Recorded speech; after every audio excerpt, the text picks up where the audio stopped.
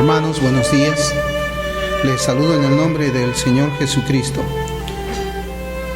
Quisiera pedirles que por favor abramos la escritura en el Evangelio según San Lucas, en el capítulo 11. Evangelio según San Lucas, capítulo 11. Vamos a leer desde el versículo 1 hasta el versículo 4.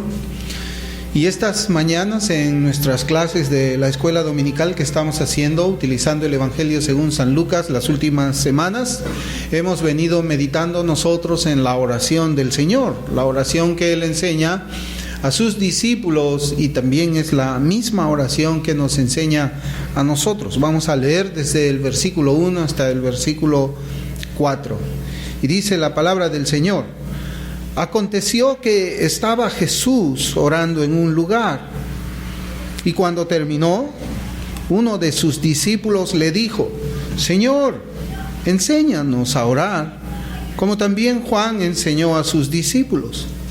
Y les dijo: Cuando oréis, decid: Padre nuestro que estás en los cielos, santificado sea tu nombre, venga tu reino, hágase tu voluntad como en el cielo, así también en la tierra. El pan nuestro de cada día, dánoslo hoy, y perdónanos nuestros pecados, porque también nosotros perdonamos a todos los que nos deben, y no nos metas en tentación, mas líbranos del mal. El Señor bendiga la lectura de su palabra, y como ya les había mencionado, nosotros estamos siguiendo el Evangelio según San Lucas en esta parte donde el Señor nos enseña acerca de cómo debemos de orar nosotros, y en esta mañana nos toca ver precisamente la última petición que nosotros debemos elevar en nuestras oraciones al Señor. Lo que dijimos al principio nosotros es de que estas palabras que el Señor nos enseña para que oremos no son las repeticiones vanas que normalmente podemos escuchar que muchas personas hacen de la oración, sino que el Señor, en el contexto cultural de ellos, estaba hablando palabras que eran muy profundas, y que los discípulos estaban obligados a meditar, y de la misma manera nosotros también estamos obligados a meditar en cada una de las peticiones que hacemos para la persona de Dios, como hemos estado viendo, y también en las peticiones que hacemos para cada uno de nosotros. Hemos estado viendo las últimas semanas las 3 últimas peticiones que tienen que ver con nuestro bienestar material, temporal, y también nuestro bienestar espiritual. Como dijimos nosotros, para nuestro tiempo y contexto cultural, esta oración ha sido tomada de una manera muy ligera, mencionando palabras dirigidas al Dios vivo sin que nos pongamos a meditar en la profundidad de cada una de ellas, ¿no? Y el propósito precisamente de la oración que nos enseña el Señor es meditar en la persona de Dios y meditar también en nosotros mismos, viendo la persona del Señor, viendo a nosotros. Esta oración nos va a hacer recordar a nosotros también muchísimas cosas, nuestras debilidades, nuestra escasez, nuestras necesidades espirituales, en primer lugar, porque se trata de eso, la vida cristiana. Las necesidades espirituales, las cuales nosotros debemos de pedirle al Señor. Evidentemente que también existen necesidades materiales de las cuales la Biblia nos dice que el Señor ya las conoce. Él sabe de qué tenemos necesidad, Él sabe que necesitamos un pan, Él sabe también que nosotros necesitamos vestido, Él sabe que nosotros necesitamos sanidad en nuestro cuerpo. Él conoce todas esas necesidades, pero nosotros podemos observar que esta enseñanza que el Señor nos trae está orientada básicamente, en mi opinión, y creo que en la opinión de muchos reformadores del pasado, en las necesidades espirituales de cada uno de nosotros. En aquel tiempo, pues, viendo, ¿no?, el contexto cultural de ellos, de los discípulos del Señor que estaban escuchando estas palabras que el Señor les estaba enseñando, ellos deben haber recibido muchísima bendición de parte del Señor. Yo Me puedo imaginar y podemos imaginar todos nosotros cómo es que las palabras del Señor debe haber golpeado los corazones de ellos. ¿Cómo habrá sido el tono de voz del Señor?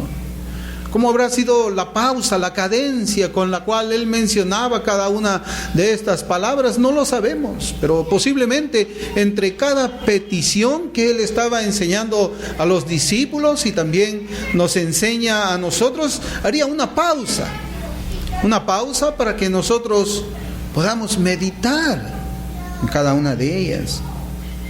Y esta manera en que Cristo nos enseña a orar, como les digo, es una meditación de la persona de Dios y también de nosotros mismos. Es una meditación en la grandeza de Dios y en nuestra pequeñez. Es una meditación en la fortaleza de Dios y en nuestras debilidades. Es una meditación en la fidelidad de Dios y en nuestra propia vergüenza. Porque aun cuando nosotros somos infieles, Él permanece fiel, dice la Escritura.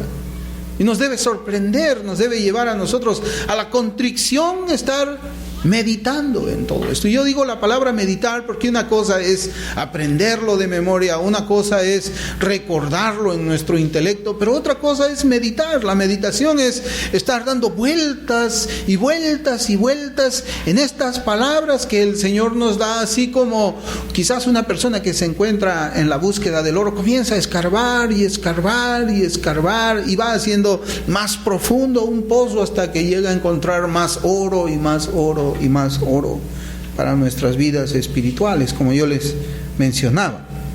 Y en esta mañana pues nos vamos a enfocar nosotros en la sexta y la última petición que el Señor nos enseña, y es esta, y dice: y no nos metas en tentación, mas líbranos del mal. Y nosotros observamos aquí en estas palabras que existe una petición doble. Hay una petición negativa por la cual nosotros rogamos a Dios para que no seamos metidos en tentación. Es decir, nosotros estamos orando para no ser tentados. Y nosotros vamos a ver poco a poco qué es lo que significa esto. Pero también hay una petición positiva, donde le pedimos a Dios que nos libre del mal. Es decir, para que la gracia de Dios no nos permita ceder a la tentación, y también estas palabras significan para que nos libre del maligno, del mal, del maligno. Y una vez más, esta oración, esta petición nos demuestra que nosotros, los creyentes, aunque hemos sido salvados por Dios de la condenación del pecado, hemos sido salvados también del poder del pecado, nosotros vivimos la vida necesitando del poder de Dios mientras estamos aquí en la tierra. Eso es lo que esa petición dice. No es que, bueno, ya soy creyente, he sido capacitado verdaderamente como la Escritura lo enseña para que yo pueda vencer el mal, pero esta es una oración diaria que nosotros debemos hacer. Debemos invocarla al Señor pidiéndole las fuerzas. Esta oración, estas peticiones que nosotros vemos, nos enseña que no podemos hacer nada por nosotros mismos. No podemos hacer nada en nuestras propias fuerzas. No podemos hacer nada en nuestra propia carne, espiritualmente hablando. Pero también la fuerza física depende del favor de Dios, de la sanidad que nosotros podamos tener en nuestro cuerpo. Y todo lo que nos viene enseñando la Escritura es que dependemos de la gracia de Cristo. Que la gracia de Cristo es esa fuente que nos ayuda a vivir nuestra vida cristiana. La gracia del Señor es algo que debe admirarnos a nosotros. Es algo que cuando pensamos en ella debe de llevarnos a la humillación en nuestros corazones. No podemos hacer nada sin Él.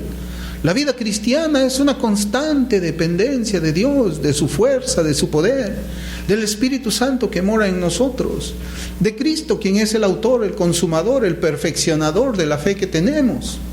Nada, hermanos, podemos hacer sin Él.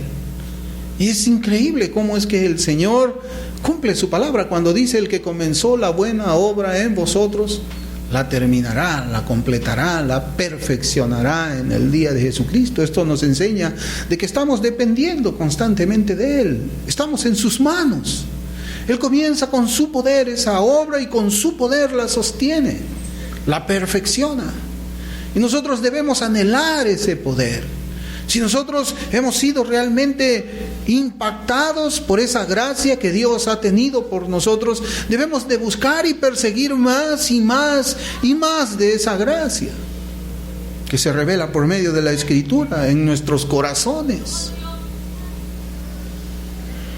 Esta oración nos enseña que debemos solicitar a Dios que nos ayude para que las tentaciones sean prevenidas y a la vez pedirle las fuerzas espirituales necesarias para poder vencerlas. Nosotros tenemos que definir qué cosa es la tentación en el contexto general de la Escritura para saber qué cosa es lo que estamos pidiéndole al Señor. Y podemos definir la tentación de la siguiente manera. La tentación es una comprobación o es hacer prueba de lo que la persona es y lo que la persona hará. Voy a repetirlo otra vez.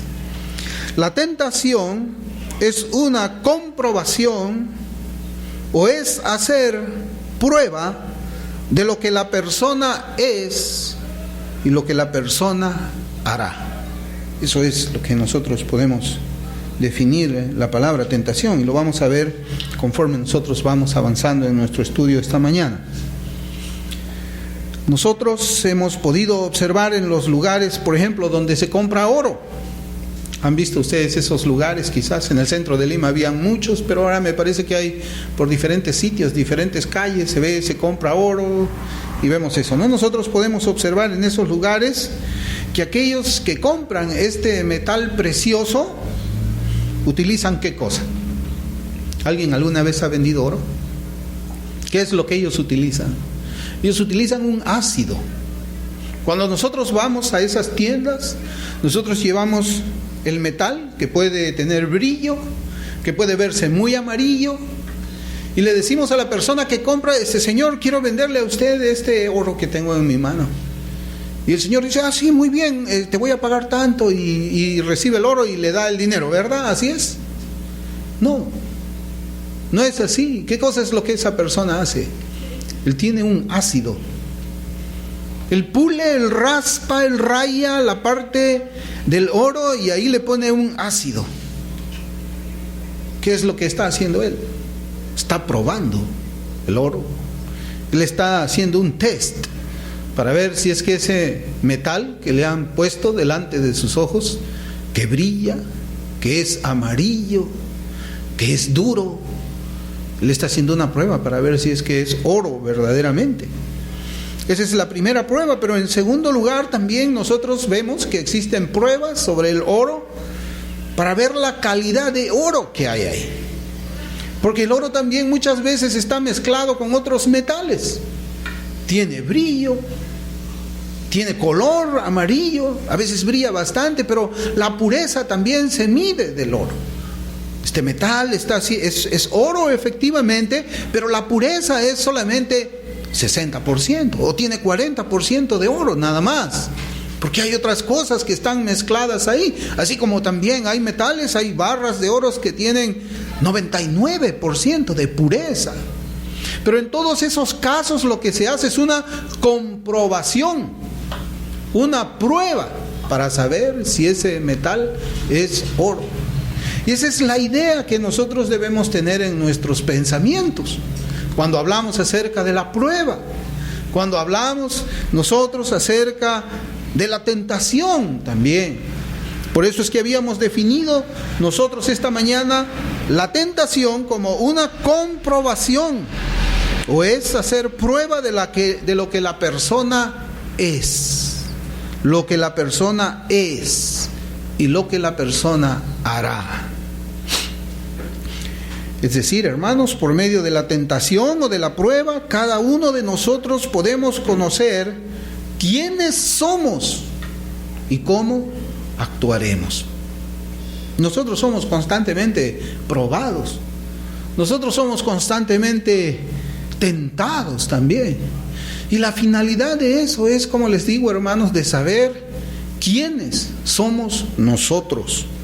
Pero también las tentaciones que llegan a las vidas de las personas quienes nos rodean. O sea, a veces nosotros no somos probados, son probadas las personas que nos rodean a nosotros dentro de esta familia que tenemos aquí en la iglesia local, o llegan tentaciones también o pruebas a personas que no pertenecen a esta iglesia local, pertenecen a otra iglesia local con quienes nosotros tenemos también comunión. Esas personas también son probadas, son comprobadas, son tentadas. ¿Con qué finalidad?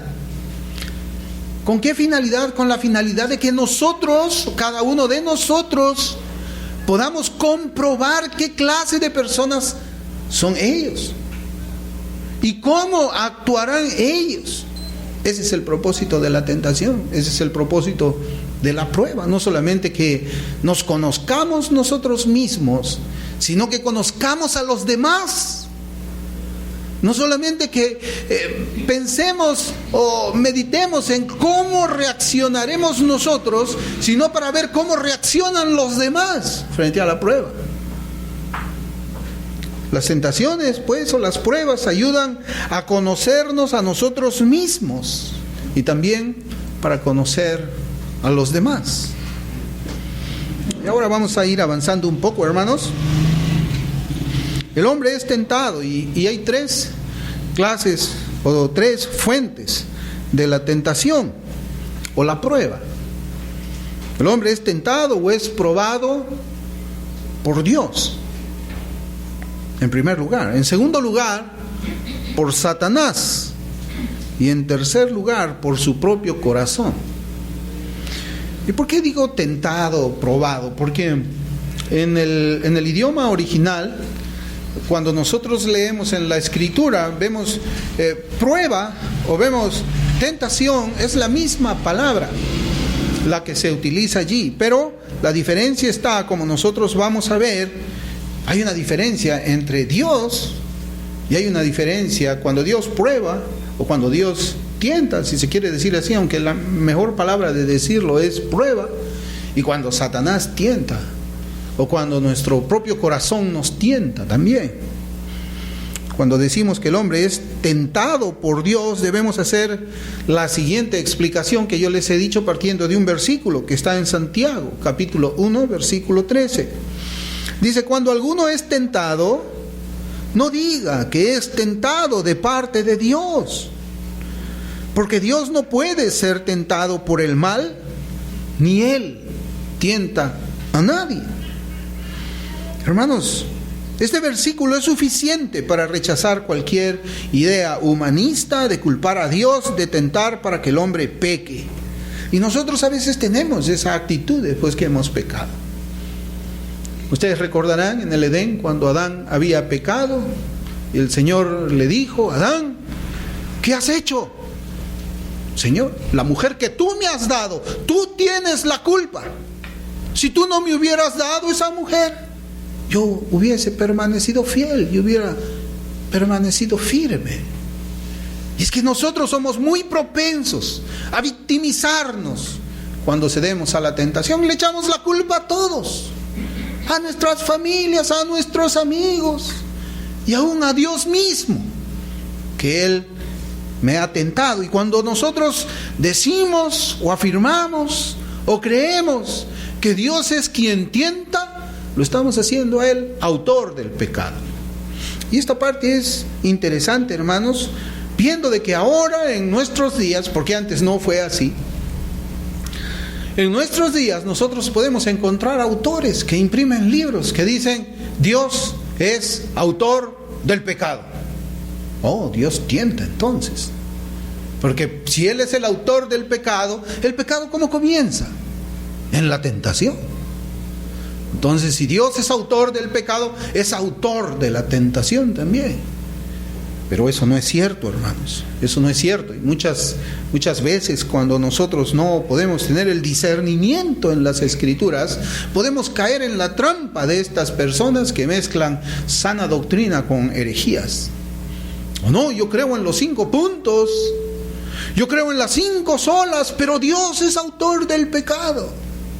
Y a veces en nuestra inocencia Nosotros juzgamos y decimos, todas las personas que creen en las 5 solas, en las 5 puntos, van a enseñarnos bien, podemos confiar en ellos, cualquier cosa que digan es sana doctrina. Hermanos, no hay nada más falso, no hay nada más incierto, es una mentira eso no es así. Y esta aclaración vale, hermanos, la oportunidad que nos da la Escritura para poder mencionarla, porque Dios no tienta a nadie para que peque. ¿Por qué? Porque su naturaleza es santa. Él es santo, santo, santo. Por esa razón Él no tienta, más bien Dios prueba, que es diferente. Por ejemplo, en Génesis 22:1 dice la Escritura: aconteció después de estas cosas que probó Dios a Abraham y le dijo: Abraham. Y él respondió: heme aquí. Y es interesante, hermanos, como nosotros vemos que la Escritura comienza: probó Dios a Abraham. Hermanos, nosotros somos probados por Dios para conocer lo que está dentro de nosotros. Y podemos ver la prueba de Dios como una gracia. Podemos ver que la prueba de Dios es beneficiosa. Podemos ver que la prueba de Dios debería ser bien recibida. Por ejemplo, en Deuteronomio 8, capítulo 8, versículo 2.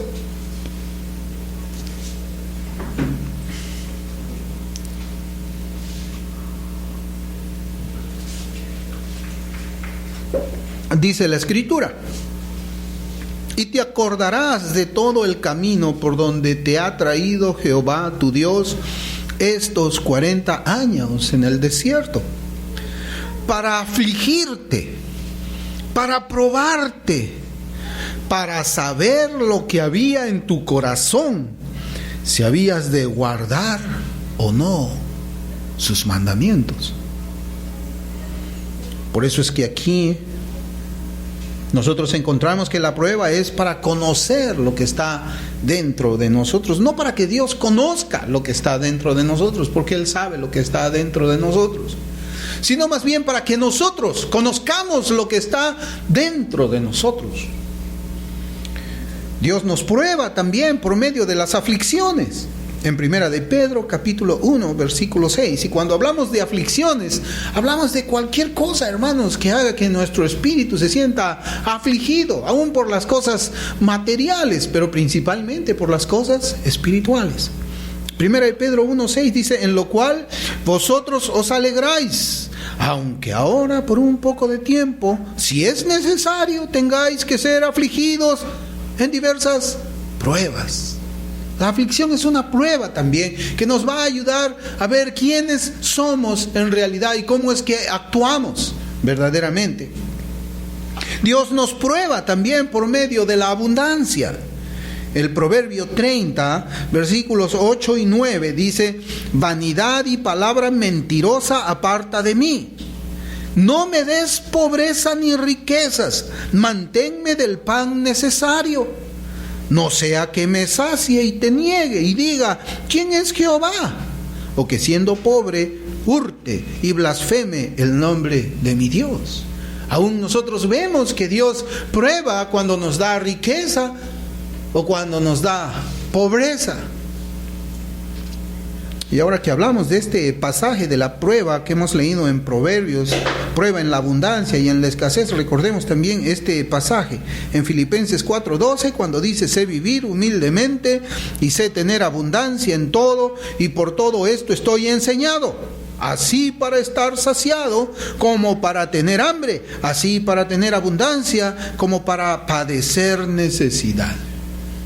Así es como Pablo manejaba esas pruebas de la abundancia, esas pruebas de la escasez. Él estaba preparado, pero preparado ¿cómo?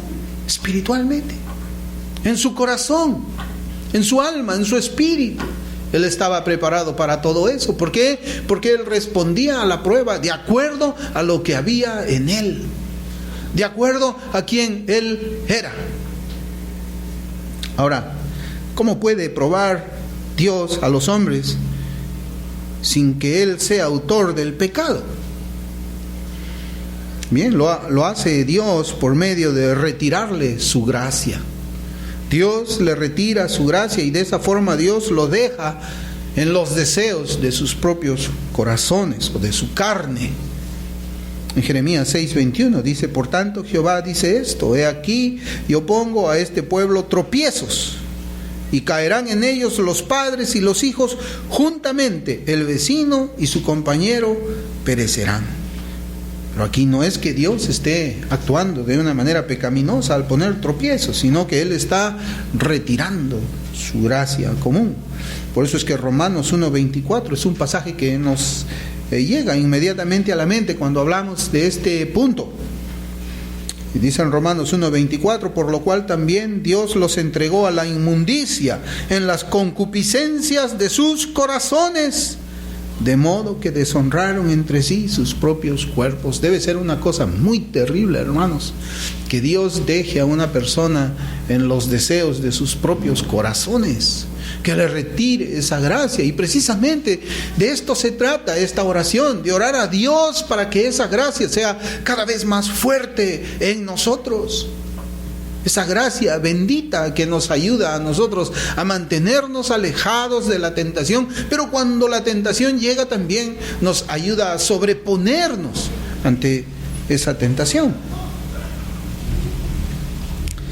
Hay un pasaje en las Escrituras, hermanos, ahora que nosotros estamos hablando de las pruebas, que trata acerca del tamaño de ellas, el tamaño de las pruebas que Dios trae para su pueblo, para nosotros, y que llegan a nuestras vidas. Y lo maravilloso, hermanos, y fíjense bien, es importante cómo es que nosotros leemos la Biblia. Porque lo maravilloso de esta enseñanza, que está en 1 Corintios 10:13, lo bello de esta enseñanza es que nos dice que Dios quita de nuestro camino las pruebas que no podemos soportar. Dios quita de nuestro camino las pruebas que nosotros no vamos a poder soportar. ¿Y deja cuáles? Las pruebas que sí podemos soportar.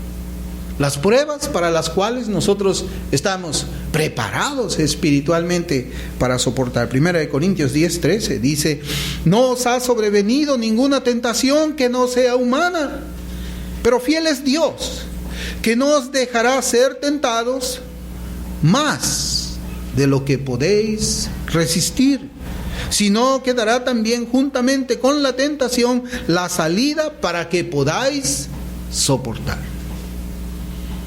Entonces nosotros no debemos decir: esto que me está sucediendo en mi vida es algo que no puedo soportar. No, sí puedes hacerlo.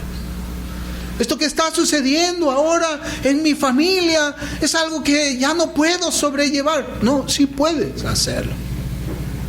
Esta falta de trabajo ya me tiene a mí al borde de la desesperación. No tienes que estar al borde de la desesperación.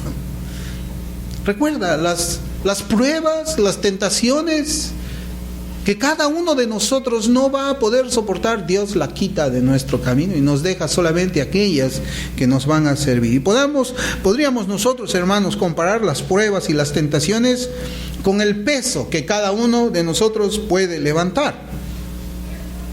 Y esto es algo que nosotros lo vemos en la casa. Si hay un mueble ahí que está en la sala y queremos moverlo de un lugar a otro, ¿quién tiene la fuerza para levantarlo? ¿El varón o la mujer? El varón. El varón puede levantar quizás un peso de 50 kilos que la mujer no puede hacer. La mujer podría levantar quizás 15 kilos, pero el Señor ha preparado el cuerpo del varón, los brazos del varón, los músculos del varón para cargar más que la mujer. Y nosotros podríamos pensar en un niño pequeñito. El hombre puede cargar 50 kilos, la mujer puede cargar 15 kilos, un niño podrá cargar 15 kilos. No podría, un niño como el que está sentado aquí con nosotros, o una niña que está sentada aquí con nosotros, no podrían cargar ellos 15 kilos. Para un varón es muy fácil, una mujer lo puede hacer, pero un niño tendría que cargar un peso que vaya de acuerdo a su propia fuerza. Lo que les quiero decir es que Dios no pondría a un niño o a una dama a cargar más del peso que pueden levantar, o a un varón aún más del peso que puede levantar. Dios en su sabiduría sabe poner las tentaciones, sabe poner las pruebas para cuando somos bebés en Cristo. Cuando vamos creciendo, las pruebas también van creciendo. Y cuando llegamos a la madurez, las pruebas son mayores. El cristiano, hermano, se hace a base de pruebas, a base de tentaciones. Así es como nosotros nos hacemos. Y un caso similar nosotros lo vemos en Abraham, que hemos citado ahí en Génesis 22:1.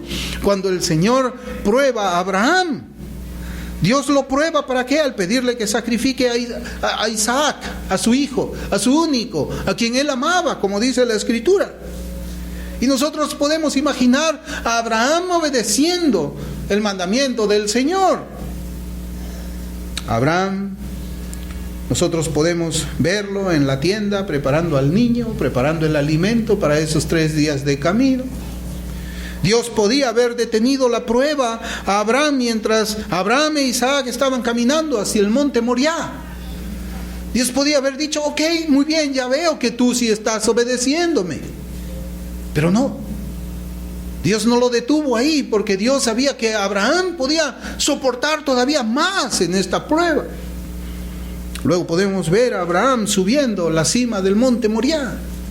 Y el Señor puede haberle dicho, Abraham, ya veo que tú has caminado 3 días hasta aquí en obediencia, ya veo que tú estás subiendo al monte con tu hijo.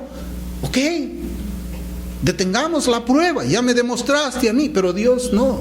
Dios sabía que Abraham podía soportar más todavía en esta prueba. Dios también podía haber detenido la prueba a Abraham mientras Abraham estaba construyendo el altar para sacrificar a su hijo, o podía haber detenido la prueba cuando ataba a su hijo, pero no, Dios detuvo la prueba cuando Abraham levantó el cuchillo, porque Abraham podía soportar esa prueba. Abraham podía soportar hasta ese punto la prueba, porque Abraham tenía fe en el Señor, porque Abraham confiaba en Él. Dios podía haber detenido esa prueba, pero no lo hizo. ¿Por qué? Porque había obediencia y confianza, había fe en Abraham. Y ahora yo pregunto, ¿somos así nosotros cuando nos llegan las pruebas del Señor a nuestras vidas? ¿Cómo caminamos? ¿Caminamos nosotros con un corazón obediente, con un corazón lleno de fe? ¿O le reprochamos al Señor por estar metido en medio de una prueba? ¿O simplemente abandonamos, decimos, no quiero ir al monte Moriah, me quedo aquí con mi Isaac, sea lo que sea el Isaac que tengamos nosotros? No quiero que me lo quiten, quiero que se quede conmigo. No pasamos la prueba, no somos así nosotros como Abraham algunas veces, muy posiblemente. Las tentaciones vienen de parte de Satanás. Y esas tentaciones son permitidas por Dios. Y aunque nosotros no lo creamos, Dios las permite porque van a ser para nuestro bien. Para nuestro bien. El diablo lo que hace es presentarnos objetos. El diablo nos presenta estatus, por ejemplo, como lo hizo con el Señor en el desierto. En Lucas 4:5 nosotros hemos leído que la palabra del Señor dice, y le llevó el diablo a un alto monte y le mostró en un momento todos los reinos de la tierra. Eso es una tentación. Le mostró todos los reinos de la tierra. El diablo lo que hace es mostrar cosas. El diablo muestra ahí el pecado y se ve como algo inofensivo, como Eva miraba la manzana o la fruta.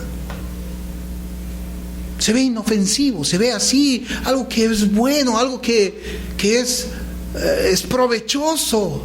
Es algo que en realidad no puede causar ningún daño a nosotros, pero es amargo porque luego que nosotros cedemos a la tentación, luego de que el pecado es consumado, nuestro espíritu termina afligido y Satanás ha conseguido su propósito. Pero quiera Dios de que nos ayude a nosotros en todo momento en que la prueba, la tentación del diablo llegue a nuestras vidas, podamos nosotros sobreponernos a ella, podamos vencer la tentación. También nosotros vemos un ejemplo con Acán en Josué, capítulo 7, versículos 20 y 21. Dice la palabra del Señor: y Acán respondió a Josué diciendo: verdaderamente yo he pecado contra Jehová, el Dios de Israel, y así he hecho. Mira el versículo 21 cómo dice: pues vi, pues vi entre los despojos un manto babilónico muy bueno y 200 siclos de plata y un lingote de oro de peso de 50 siclos, lo cual codicié y tomé. Y he aquí que está escondido bajo tierra en medio de mi tienda, y el dinero debajo de ello. Cambió. El diablo se lo mostró: mira, Acán, aquí tienes fortuna, aquí tienes algo, nadie te ve, tómalo. Es que nadie lo veía, el Señor lo veía. El Señor lo veía. ¿Qué es lo que nosotros codiciamos para nuestras vidas? ¿Qué es lo que el diablo nos está poniendo todos los días para que nosotros no obedezcamos a Dios? Para que nosotros no adoremos a Dios como debemos adorar, para que no le sirvamos a Dios como debemos servir. ¿Qué es lo que el diablo nos hace ver cada día? Esa es una tentación del diablo, para hacernos inútiles en el servicio al cual Dios nos llama, para hacernos inútiles en cuanto a la obediencia. Por eso es que tenemos que orar: líbranos, Señor, de la tentación, líbranos del mal, Señor. Satanás también, hermanos, usa instrumentos, personas también, para tentarnos a nosotros a que quitemos la mirada de la voluntad de Dios. Por ejemplo, en Mateo 16, versículo 23, dice la Escritura: pero él, volviéndose, dijo a Pedro: quítate de delante de mí, Satanás, me eres tropiezo, porque no pones la mirada en las cosas de Dios, sino en la de los hombres. Me eres tropiezo. Pedro no lo sabía. Él no sabía. O en Juan 13:2, cuando dice la palabra del Señor: y cuando cenaban, como el diablo ya había puesto en el corazón de Judas Iscariote, hijo de Simón, que la entregase. El diablo ya le había puesto algo en el corazón al traidor. Usa personas, él también, para llevar su propósito. Un consejo equivocado. No, pero ¿por qué eres tan estricto? No tienes que ser tan estricto. ¿Por qué tienes que ser tan estricto en cuanto a la santidad? ¿Por qué no predicas algo así que le alegre la vida a las personas? Ya no critiques tanto al nuevo calvinismo, ya déjalos tranquilos. Ya no te enfrentes tú a la heterodoxia y no seas tan exigente en cuanto a la ortodoxia. No seas así. ¿Qué debemos decir nosotros? Quítate de delante de mí, Satanás. Quítate de delante de mí, Satanás. ¿Y esto qué nos enseña, hermanos? De que nosotros necesitamos el discernimiento en todo momento para saber cuándo es que el enemigo está haciendo sus movimientos. Y también nos enseña este pasaje que estamos leyendo nosotros en Lucas 11, que Satanás nunca descansa. Satanás nunca descansa, él está siempre activo. La Biblia, ¿cómo dice de él? Que anda como león rugiente buscando a quien devorar. Y otra de las cosas que también aprendemos nosotros a partir de las tentaciones que vienen de parte de Satanás es que Satanás es insistente. Él no se rinde fácilmente. Si no nos puede hacer caer a la primera, lo intentará a la segunda. Si no puede hacernos caer a la segunda, lo intentará a la tercera. Ya cuando Él nos ve firmes en cuanto a nuestra resolución de que en un aspecto de nuestra vida debemos mantenernos inamovibles, Él se retirará, pero por poco tiempo, porque volverá otra vez para tentarnos, así como lo hizo en el desierto con el Señor. ¿Recuerda usted? Cuando Él veía que en esas 3 oportunidades Cristo no estaba cediendo a las tentaciones del maligno, dice la Escritura que Él se retiró, pero no se retiró para dejarlo, sino se retiró posiblemente para afilar también su cuchillo y esperar una oportunidad para tentar nuevamente al Señor. Tenemos que tener esas consideraciones en cuanto a las tentaciones del diablo. También hay tentaciones que vienen de nuestra propia carne. Y nosotros debemos orar a Dios, porque aunque somos regenerados, aún quedan rastros de pecados en nuestra carne. Hermanos, si nosotros todavía no tuviésemos esos rastros de pecado por la carne, como le llamamos, el mundo y el diablo no tendrían poder sobre nosotros. ¿Usted se ha puesto a pensar en eso? Pero como nosotros todavía tenemos residuos de la carne, de pecado, todavía existe una posibilidad de que el diablo y el mundo tengan cierto poder. Y ahí es donde nosotros, hermanos, debemos de tener siempre discernimiento de parte del Señor para ver, escuchar, sentir cuándo es que las cosas están siendo movidas por el tentador.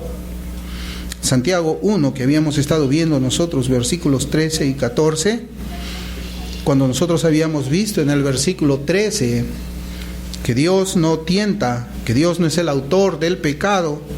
Vamos a leerlo ahora junto con el versículo 14. Santiago 1, 13, 14 dice la palabra del Señor: cuando alguno es tentado, no diga que es tentado de parte de Dios, porque Dios no puede ser tentado por el mal, ni Él tienta a nadie, sino que cada uno es tentado cuando de su propia concupiscencia es atraído y seducido. ¿A quién le escribe Santiago? ¿A incrédulos? ¿A personas no regeneradas? No. Santiago está escribiendo a creyentes. Y aquí la Escritura nos hace ver que nosotros debemos de tener mucho cuidado. Porque como les digo, sin la carne, el mundo y el diablo no podrán tener poder sobre nosotros. De allí, hermanos, vemos la urgente necesidad de que mortifiquemos nuestros pecados, como dice Romanos 8:13.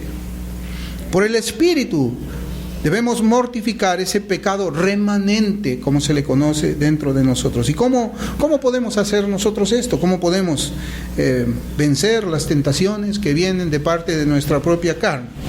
Hermanos, es por medio de una vida de oración y de meditación en la palabra del Señor. Por eso es que se conocen como medios de gracia. Es por medio de la oración que nosotros recibimos algo. Es por medio de la meditación en la palabra del Señor que nosotros recibimos fortaleza también. Mira, el Salmo 119, versículo 133. Salmo 119, versículo 133, dice la palabra: ordena mis pasos con tu palabra, y ninguna iniquidad se enseñoree de mí. Ordena mis pasos con tu palabra, y ninguna iniquidad se enseñoree de mí. Hermanos, el resistir los pecados es una gracia de parte de Dios. El resistir la tentación, el mantenernos firmes cuando somos tentados, es una gracia de parte de Dios. El sentido de esta petición que nosotros vemos en la Escritura cuando dice: y no nos metas en tentación, el sentido de esa petición no es pedirle a Dios que nunca más seamos nosotros tentados o probados, sino que Dios nos ayude a sobreponernos en las tentaciones. No le estamos diciendo: Señor, no quiero ser tentado nunca más, No quiero ser probado nunca más, porque nosotros ya vemos que aún la tentación y las pruebas son de beneficio para nosotros. Nosotros debemos recordar que cuando Dios prueba o permite la tentación, no lo hace para saber qué es lo que va a ocurrir o si vamos a ceder o no, sino para que nos conozcamos a nosotros mismos y también conozcamos a los demás. Es así, hermanos. A veces nosotros hemos quizás escuchado ciertos comentarios, igual que la parábola del sembrador. Y las personas cuando ven a alguien que está frecuentando la iglesia, y de repente un momento ya no se le ve nunca más, y decimos, ¿y dónde es que está esta persona? Había comenzado bien, venía todos los domingos. Y por ahí alguien dice, no, lo que pasa es que ha ocurrido esto en su vida, y pues bueno, ya no lo vemos más. Hermanos, la fe tiene que ser probada. Así como hemos visto que el oro, antes de que lo compre el comprador, el orfebre, lo prueba. Así también Dios permite todas esas cosas en la vida de nosotros para que nos conozcamos nosotros mismos. Él no, Él lo sabe todo. Él sabe lo que hay dentro de nosotros, para hacernos recordar nosotros mismos. Cuando Dios prueba, hermanos, prueba para bien. En Santiago 1, versículos 2 y 4 dice, hermanos míos, tened por sumo gozo cuando os halléis en diversas pruebas, sabiendo que la prueba de vuestra fe produce paciencia, mas tenga la paciencia su obra completa para que seáis perfectos y cabales sin que os falte cosa alguna. Recuerdan que habíamos nosotros estudiado acerca de la obediencia pasiva y la obediencia activa del cristiano. La obediencia activa era obedecer los preceptos de la palabra de Dios, su voluntad escrita, y la obediencia pasiva es andar en obediencia a la providencia de Dios, a lo que Dios permite que nos suceda a nosotros. Tenemos que pasivamente someternos a esa providencia, a esa voluntad que Dios ha permitido, a esa prueba que Dios está permitiendo. Como Job, Jehová dio, Jehová quitó, bendito el nombre del Señor. Esa es la actitud que nosotros debemos de tener ante las pruebas.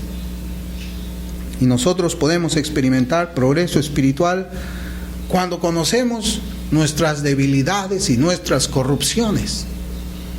No somos perfectos. Hay imperfecciones en nosotros. Y el propósito de la prueba es precisamente de que esas imperfecciones, que esas debilidades las veamos. ¿Para qué? Para pedirle a Dios que nos ayude con este problema, con esta imperfección, con este pecado que nosotros vemos que todavía guardamos en nuestros corazones. Si no fuese por la prueba, jamás lo sabríamos. Si no fuese por la tentación, jamás conoceríamos cuál es nuestra necesidad espiritual para caminar recta, justa y piadosamente delante del Señor. Es como conocer una enfermedad a tiempo, antes que se propague por todo el cuerpo. Y eso es bueno, tener síntomas.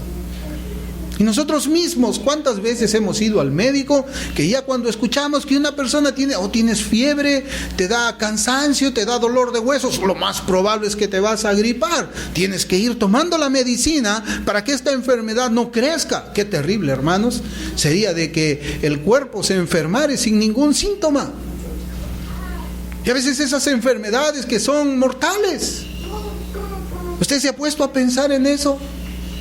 De la misma forma como es bueno que tengamos síntomas en nuestro cuerpo para conocer la enfermedad, las pruebas son buenas para conocer nuestras debilidades, nuestras enfermedades espirituales. La última petición dice, líbranos del mal. Ya les había adelantado que lo que el Señor nos quiere decir es que le pidamos, líbranos del maligno, líbranos del maligno. Líbranos de su poder, líbranos del poder del maligno, líbranos de las estrategias del maligno, líbranos de las tentaciones del maligno. Eso es lo que debemos de pedirle al Señor. Y hermanos, y esto debe a nosotros recordar, debe hacernos recordar el lugar donde nos encontramos. El lugar donde vivimos ahora es un lugar caído por el pecado. Es un lugar donde habitan personas caídas por el pecado, donde el pecado y la maldad abundan por doquier. Eso es lo que nos hace acordar esta oración. En eso debemos meditar nosotros. ¿Dónde es que estamos? Finalmente, hermanos, esta petición también nos debe traer a la memoria la pecaminosidad del pecado. Cuando le decimos al Señor que nos libre de la tentación, que nos libre del pecado, que nos libre del tentador, lo que tiene que hacer es que recordemos, hermanos, la pecaminosidad del pecado, porque ese es el propósito. Nosotros sabemos que el pecado ofende a Dios, hiere el corazón de Dios. El pecado puso a Cristo en una cruz. Por eso es que las pruebas son beneficiosas y nos muestran que el pecado es pecaminoso. El pecado, hermanos, nos separa de Dios. La enfermedad no nos separa de Dios. La pobreza no nos separa de Dios. La aflicción no nos separa de Dios. El pecado nos separa de Dios. ¿Usted se ha puesto a pensar en eso? La pobreza es una prueba. La aflicción es una prueba. Pero el pecado es quien nos separa de Dios, no la prueba. Y tenemos que recordar eso, hermanos, que santo es nuestro amado Señor. Y debemos anhelar ese caminar, como yo les decía, en santidad, en justicia, en rectitud delante de Él. Y para eso, ¿qué es lo que tenemos que hacer? Rogarle al Señor para que tengamos fuerza espiritual para sobreponernos al pecado. Sobreponernos al pecado. ¿Usted se había puesto a pensar, iglesia, en esto? En esta petición, la profundidad de estas palabras de Cristo, la importancia que tiene esta petición, esta meditación.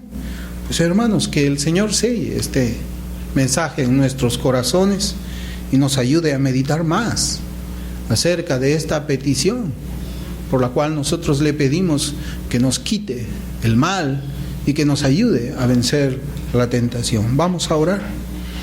Amado Padre que estás en los cielos, te damos gracias, Señor, por tu palabra, por lo que tú nos enseñas por medio de ella. Gracias, Señor, por Cristo. Gracias porque nos enseña a orar, Señor, como conviene.